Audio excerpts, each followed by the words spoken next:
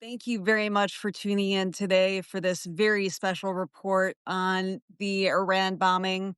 I'm Susan Demas, the executive editor of Lincoln Square, and there is no other person that I would want to be joining me today to break down all of the implications of Trump's decision to strike Iran than Bobby Jones.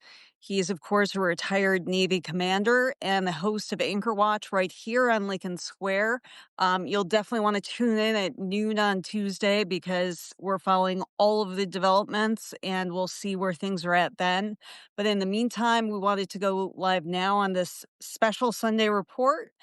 So thank you, Bobby, for taking out some time of your Sunday to be with us today. No, no, no. Thank you for having me, and it's important that we address this stuff as close to real time as possible, so we don't miss certain things. I've been watching the media reports here, going on over 12 hours now, and I was talking to you before we got on here. Something that's jumped out to me is the media, the mainstream media as a whole, lacks a conceptual understanding of the American military and how it operates. They like hearing the big words and they are focusing on the shiny object. And to be completely blunt and honest, the current administration is using that to their advantage. So when you guys are looking at what happened last night, there were three things that jumped out immediately. The operational piece, which is what Trump and Hegseth and everybody loves talking about.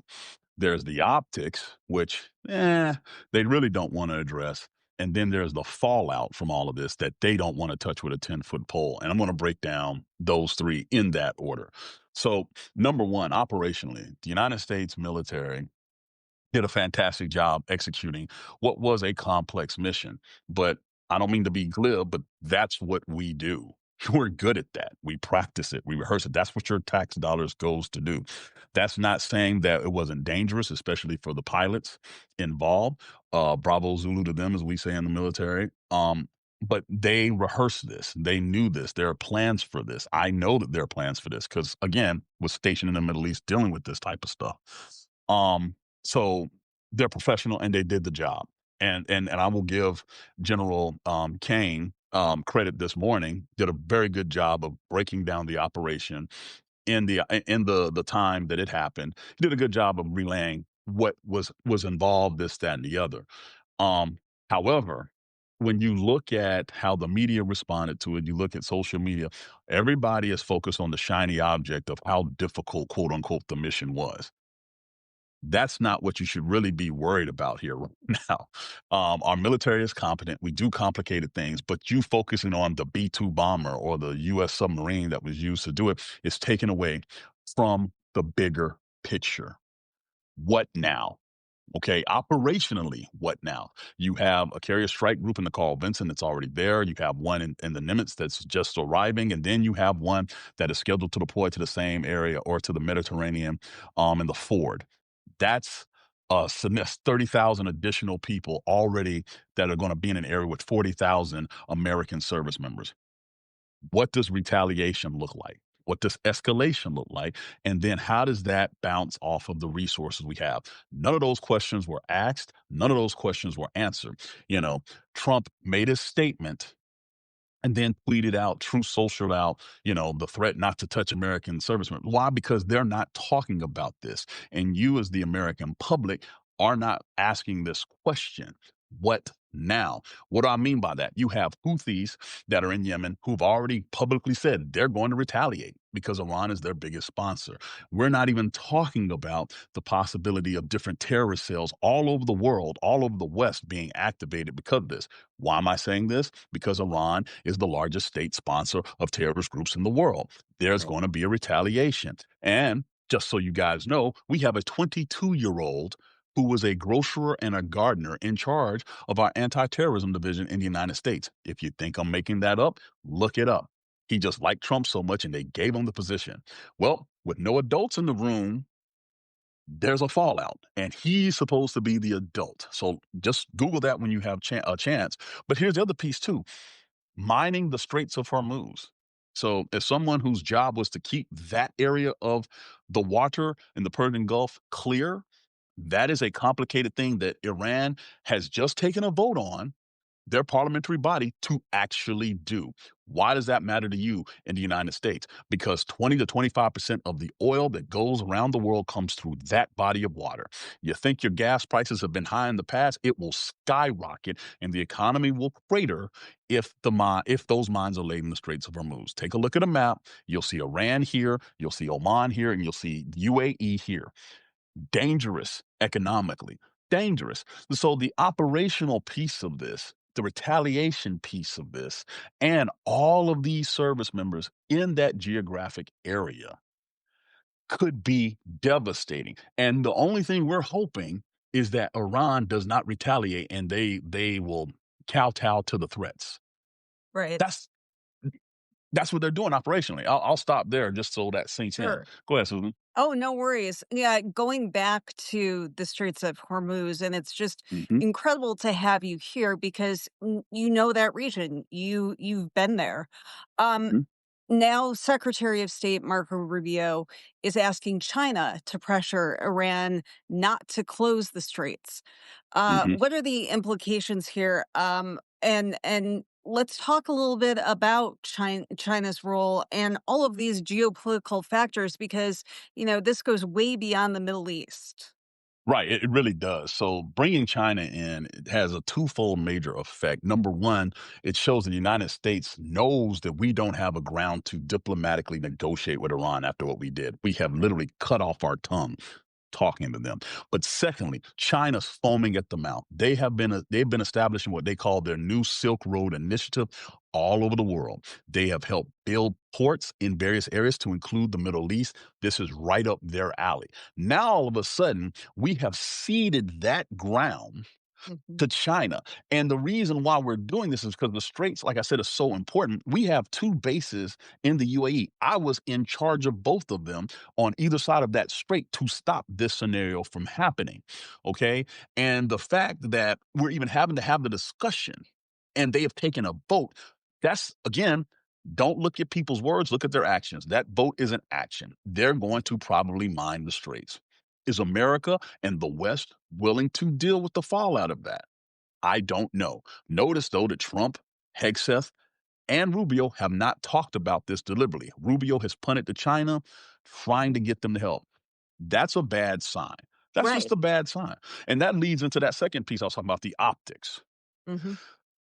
Did you notice where Trump gave his speech last night? It is the same exact location in the White House that Barack Obama walked down that long red carpet and said that he had killed Osama bin Laden.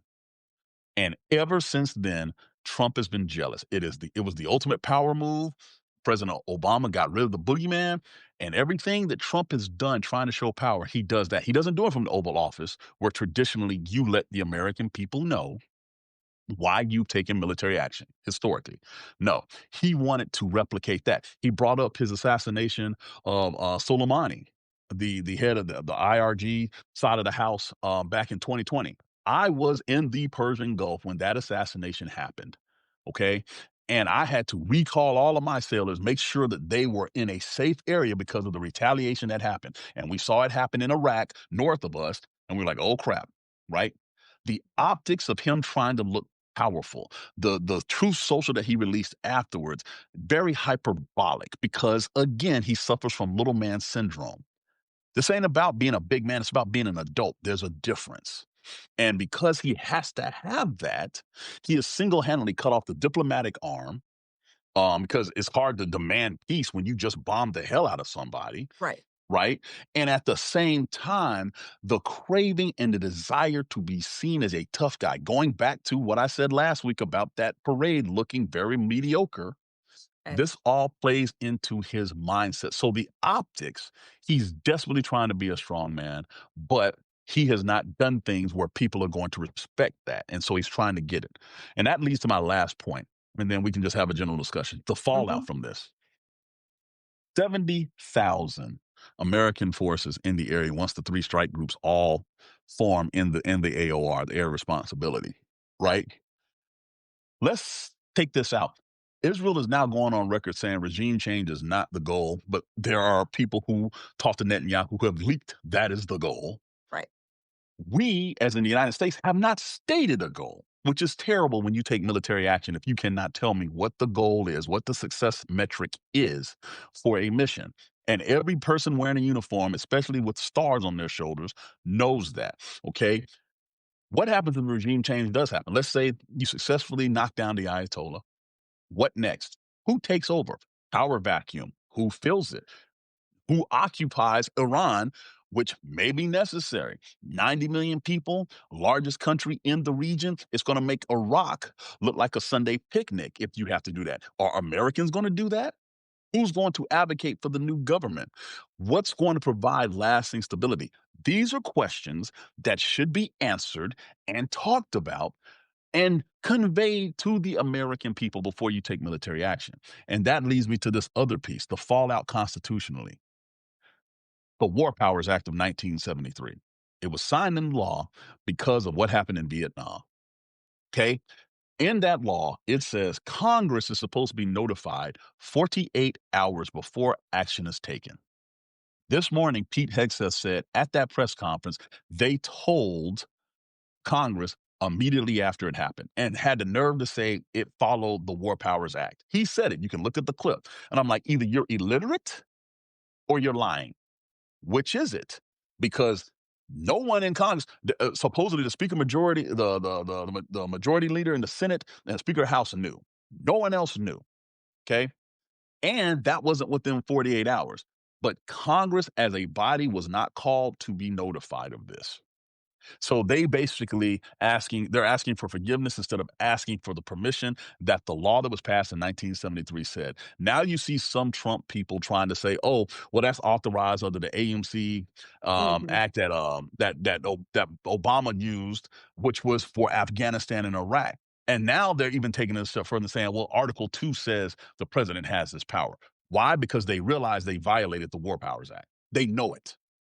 They know Right. it. And so the fallout from this is okay, another lawless action that, if it was taken to court, would be found unconstitutional. What is Congress going to do about it? What are the American people going to say about it? But as we continue to move forward, because there's a moving forward now, those carrier strike groups are not turning back around and bailing after this mission.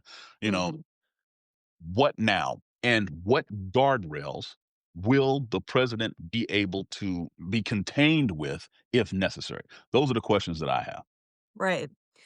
On the issue of Congress, so we've seen that this particular Congress has refused to check Trump's power in all sorts of ways. Mhm, And they seem content to let him, function as a low grade dictator. mhm, And so it's probably not a surprise that they took this unilateral action. But mhm.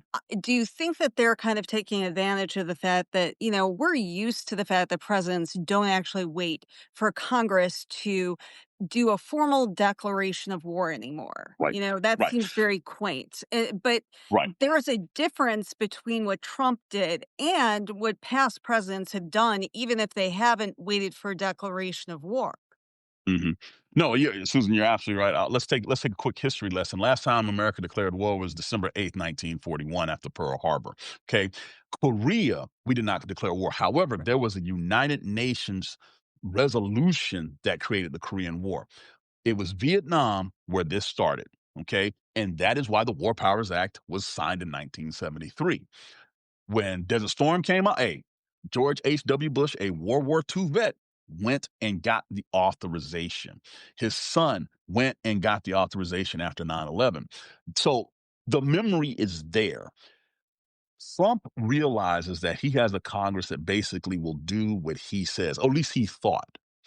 I think the red line for him that he was not aware of is that MAGA base.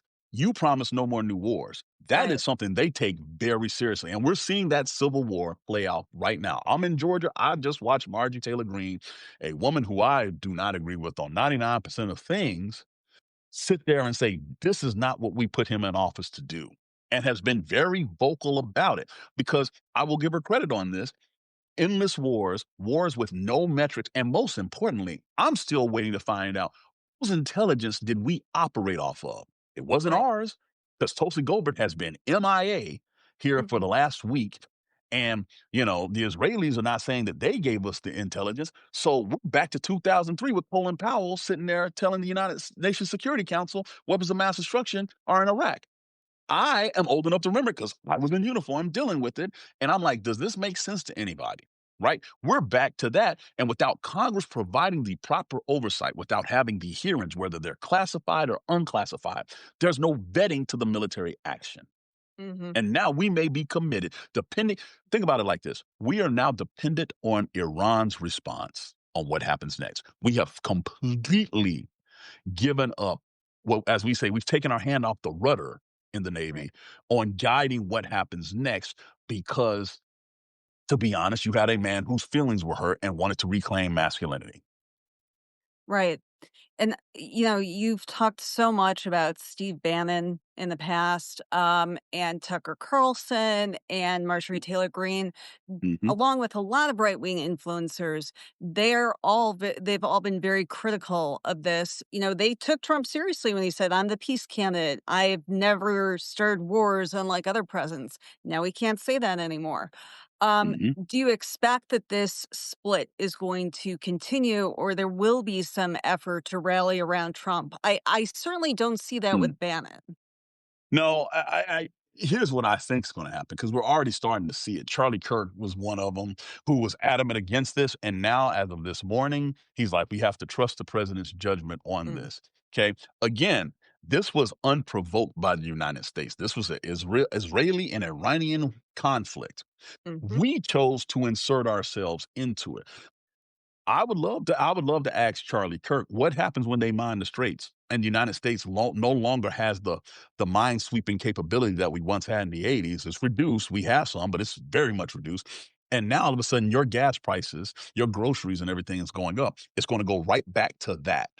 Right? Will you still be for it then? Or more importantly, God forbid if a United States base, a United States ship, or any United States service members are attacked and are injured or killed because of this action, what are you going to say then? And that is the part that I think people are not thinking all the way through because they're not the ones downrange, as we would say. But I guarantee you, the ones downrange in that AOR right now are definitely thinking about it. Those commanding officers have to. Those senior NCOs have to because they weren't given a heads up either about this. Let me be very clear. According to what General Kane said this morning, the military in the area did not know. Congress did not know. Okay. They did this. The only people in the room that knew were the ones that helped him make the decision and the ones that executed. That's it. So when they talk about force protection levels having to go up at military installations all over the world, mhm. they're having to jump through their ass to do it because they were given no prerequisite. So, I, you know, operationally, sure, successful. We do what we do. But the political context of Mhm. this and the fallout, the long-term strategic fallout is being criminally under talked about. No one's talking about it. If I was the president, before we did this, there would have been an Oval Office address. Oval Office address. Secondly, Marco Rubio will be on every Sunday morning talk show right now. Instead, they sent JD Vance out, meet the press, and comes up. But no, the Secretary of State needs to do his damn job right here, right now. Hegseth and Kane gave the brief on the operation. They need to sit there and reassure troops still in uniform, hey, we know this happened. We expect y'all to be able to do this. There are so many moving parts when you do this right that are not being done. And we have not seen the president since he did the little speech last night. We haven't. And we could be going to war. And make no mistake, Iran thinks they're at war with the United States. Yes, absolutely. You have, Iran saying that there will be everlasting consequences, and you know, this is not, a small country, as you pointed out, 90 million people. Um, Nope. what are we at higher risk today than we were yesterday for terror attacks right here on U.S. soil? Absolutely. Absolutely. And I would go beyond just American soil. I think anywhere where there's a large concentration of Americans, you have this threat that has been raised. Why? Because there are people that see not, don't get me wrong. Most of the people in that area of the world cannot stand Iran. I get it, but there is a devoted faction to Iran, to the religious principles of the Ayatollah that are worldwide. Mhm. Worldwide. And here's the thing that I need people to understand. You may think they look a certain way. Oh no, we have seen American Taliban. We have seen various different ethnic backgrounds, this, that, and other, that subscribe to the ideology.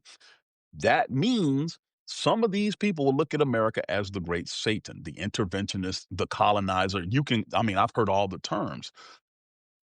By us doing this, and here's the other piece too. We're not even sure if we were successful in the mission yet.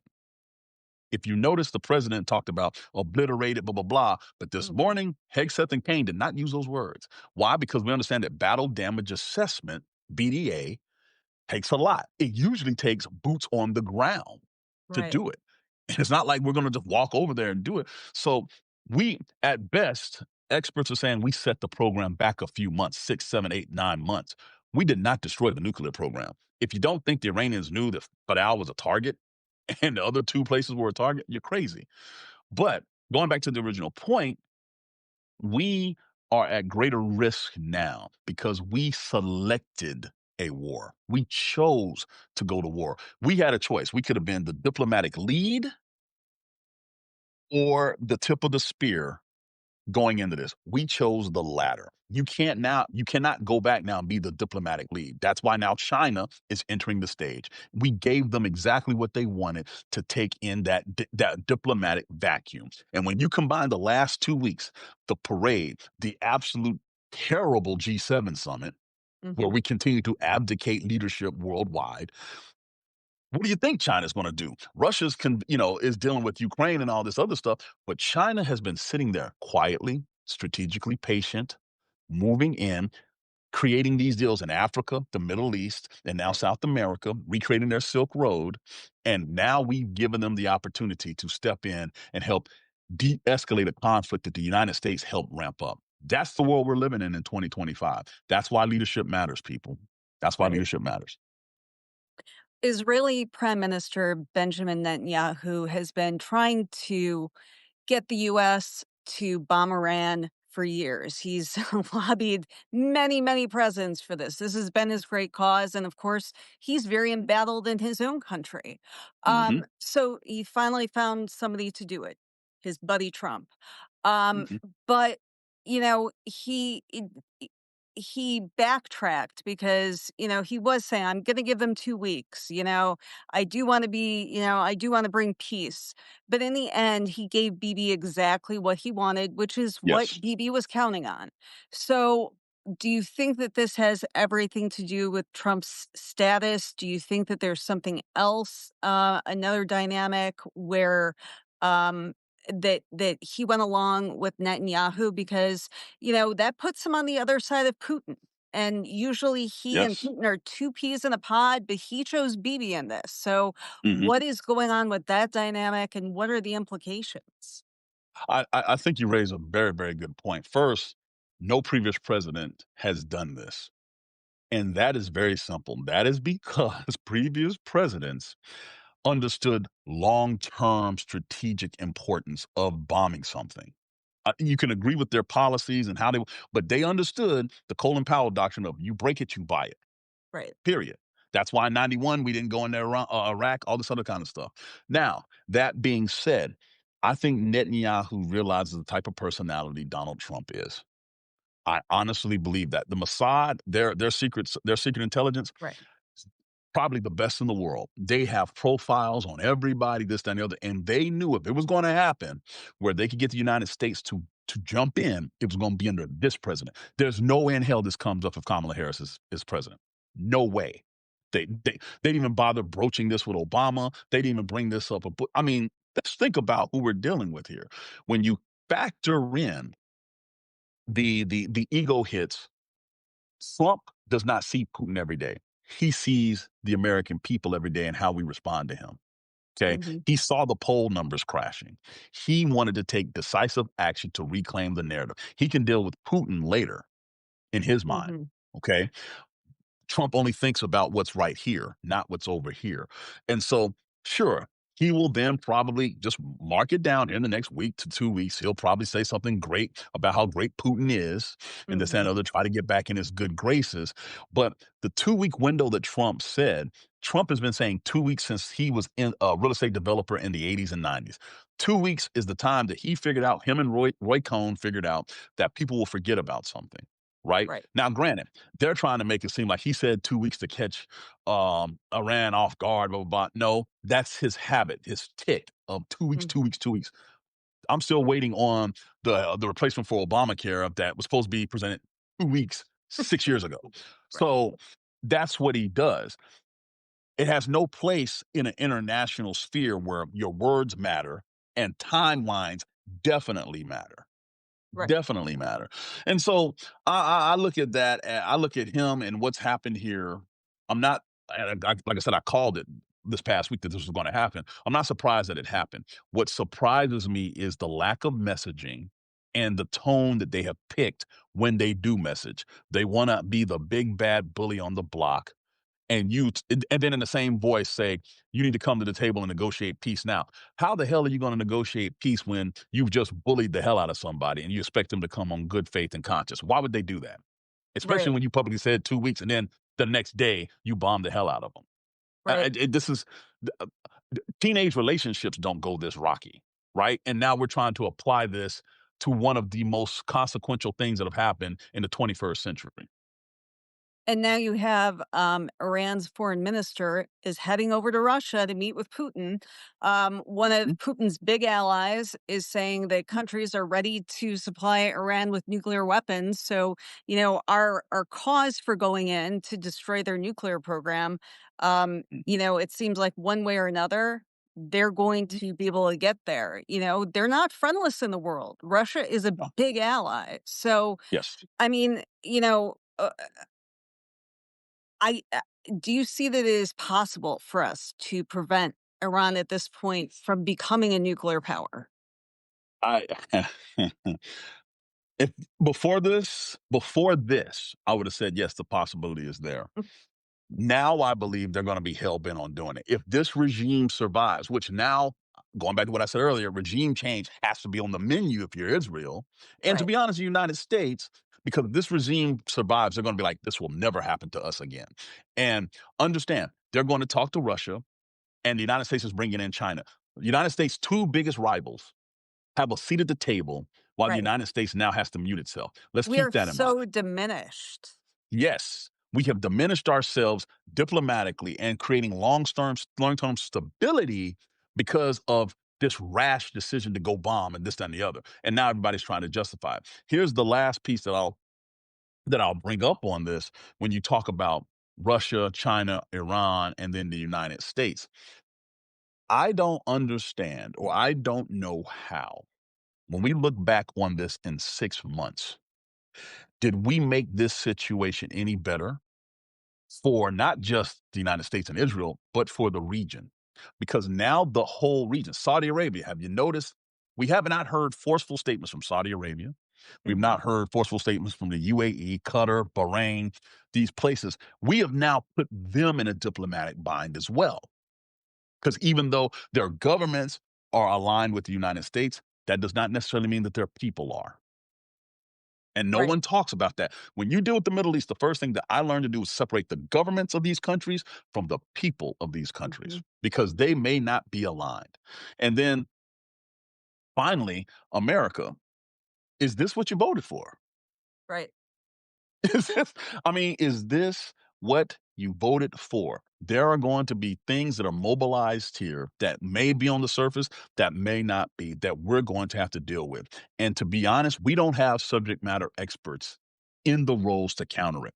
We gutted them. We forced them to retire. We fired them, and we replaced them with, tech bros and 22-year-olds. And we have a director of national intelligence, whether you wanted her there or not, you don't listen to. You're Right. doing everything to set yourself up for colossal failure. And it's going to be no one to blame but one man. One man. And history is a cruel teacher, but we've been down this road before in '03, and apparently we didn't learn a damn thing. Right. Trump had a very powerful message, people are sick of forever wars. I have never started a war, and I think a lot of people took him seriously across the They did. political spectrum, and it was powerful last election. And when we talk about regime change, we have firsthand experience. We saw how that went in Iraq. We saw how that went in Afghanistan. Um, we are not in it just for a night of bombing if regime change is indeed what Bibi wants. And so, Mhm. I mean, I can't even imagine a country as vast as Iran, what that would even look like, and what the US's role would potentially be. I mean, how much manpower would you need? I mean, first of all, just if you look at Iran, if you look at the modern day Middle East, for those who don't know, I recommend the book Paris 1919 that shows how the Middle East and Africa were carved up at the end of World War One. Lines that are straight, that are arbitrary, that do not take into Mhm. account cultures, tribes, languages, all this stuff. We're Right. still dealing with it. Iran has a lot of that. A lot of that. This is why oppressive regimes take over in areas like that, because the fear gets everybody in line. It does not recognize the differences. They do not blend in. They're just oppressed, right? Israel is dealing with Gaza. Okay. Newsflash, that's still going on. Right. Okay. That's a significant amount of their manpower. Okay. On the other side, if you're talking about occupying Iran, is it going to be the Israelis? Is Bibi Netanyahu going to come to us now and say, "Hey, we need you guys to help us with an occupation after the regime change because there are rogue agents running all over"? What are we going to say to that? Oh, and like I said, by the way, you still have Gaza, and you're not even talking about Yemen and the Houthis. You're not talking Mhm. about Hezbollah and different elements of Hamas that are still running rampant. Who's going to sign up for that? And most importantly, America, should your kid be the one to do it?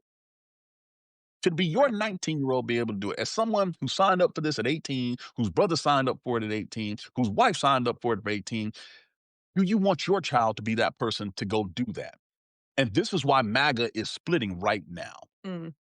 Because un- understand, a lot of our military comes from Southern red districts, stuff like that, that honestly are patriotic. They're willing to do whatever for the country, for the United States. But they don't sign up for that. Right? How do you, as a commander in chief, 6 months from now, sit there and tell the American military, you guys are going to deploy? It won't be long, just to settle Mhm. things down, blah, blah, blah. I mean, can Right. you not see him doing this? I can. Right. I mean, I was interviewing people after we invaded Iraq under George W. Bush, who were deployed 6, 7 times in the National Yep. Guard, and I Yep. mean that scarred a lot of families and made Trump's promise of peace very appealing. If we go back Hmm. to those days, um, that's going to be one more way to split this country. I agree. I've gotten texts, phone calls, emails from friends of mine still in, who can't speak out, obviously. They're like, what are we doing? What are we doing?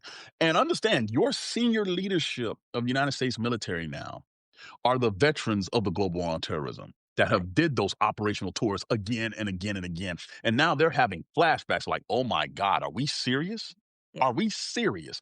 We're just now getting our bearings together, this, that, and the other, and now we may be committed to this. Now, the hope, and this is me saying this, I don't care about politics. I care about our people. The hope is that they all come to the table, that people realize we are running off of a cliff, and everybody Mhm. says, okay, let's stop, let's talk. I don't care if it's China, I don't care if it's Russia, I don't care where they meet. It can be Geneva, it can be in DC, but somebody needs to pump the brakes. My concern is because you don't have, like I said, that adult in the Oval Office. Mhm. If there is a retaliation by some small group, say the Houthis go and shoot at ships in the Red Sea like they've been doing, right? Mhm. We're off running again. We're running again. And there's no end here. You can't tell me what success looks like at the end of this. Israel cannot tell us what this campaign is supposed to do. They said to stop Iran from getting a nuclear bomb. Okay, congratulations, you bombed Fadal. You bombed the other two sites. You may have set this thing back a year, but you have not denuked Iran. They have Russia and they talk to China. You've not denuked them. And understand, people, Iran wanted nuclear capability, not just so they can go after Israel or whatever, like people like to say. Not one country out of the I want to say 11 publicly known country. Not one country that has a nuclear weapon capability has ever been invaded by an outside force. It is the Right. single most granular thing to keep your regime in place is to have nuclear weapons. North Korea is a prime example of that. That's why they want it, because they don't want to deal with this, right? Right. So Right. how do you defuse that diplomatically? It sure as hell ain't by bombing everybody to death. It sure as hell is not injecting yourself in something that was already complicated and you don't even know the players involved. Right. I wanted to bring up a couple things that I've seen in the Yeah. chat. Uh, I know that one person brought up the fact that Rubio has gutted the State Department, and I think that that's worth talking about. And then someone else brought up her concerns that her grandsons might be drafted, that that might be a possibility on the table. And I know that that's a fear that a lot of people have. So I think that's Mm. worth addressing. So let's start with the first one. Rubio gutting the State Department. That is a fact. You have people that were forced to retire, subject matter experts who spent their entire professional lives knowing the different areas of the world, the impacts there. So you're dealing with a reduced brain trust at your highest levels of diplomacy for the United States. When you add in the fact that they have cut the National Security Council staffing in half, it was about 300, now it's about 150. All this happened within the month before this. So Mhm. you're making decisions with less intelligence, less intensity of expertise. And then even if you do get something to the president, it seems like he doesn't care if you are the expert. He Mhm. doesn't care. He dismisses it. That's dangerous. So we're now doing international diplomacy with nuclear weapons at stake by the seat of our pants, and it's just intuition, a gut feeling. That's not how you do business. Number two, the part that you mentioned about the draft. I don't think that that's something that will pop up immediately. However, I would say to everybody, if we get sucked into this, they will probably recall former military. And if the numbers dip in recruiting this time next year, you don't know. You don't know. The selective service is still a thing in this country. And if you do have a draft this time, it's going to be interesting. You're thinking about sons, you probably have daughters involved in it too. People don't want to talk about that. But if this is the first leg of something that becomes World War III, for example, everybody could be drafted. Although I think that's way down the line. I would hope Congress, cabinet, whoever around the president would act before we get to that point. But when you hear on a Friday night or Saturday night that hey, these bombings have happened, your mind naturally races, especially if you have kids that are of the age to serve. You should, because we're committing American forces to a foreign land to fight a foreign war that may or may not, in my humble opinion, does not have the direct impact on Americans as it does people over there. Bobby, I want to give you the last word. I so appreciate you being here, and I know that everybody else does too.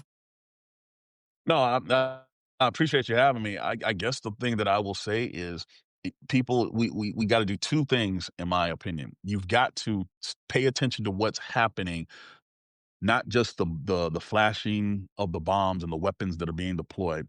Listen to the words that are being said by your representative in Congress, your senator in Congress, and by the administration, because those words matter right now.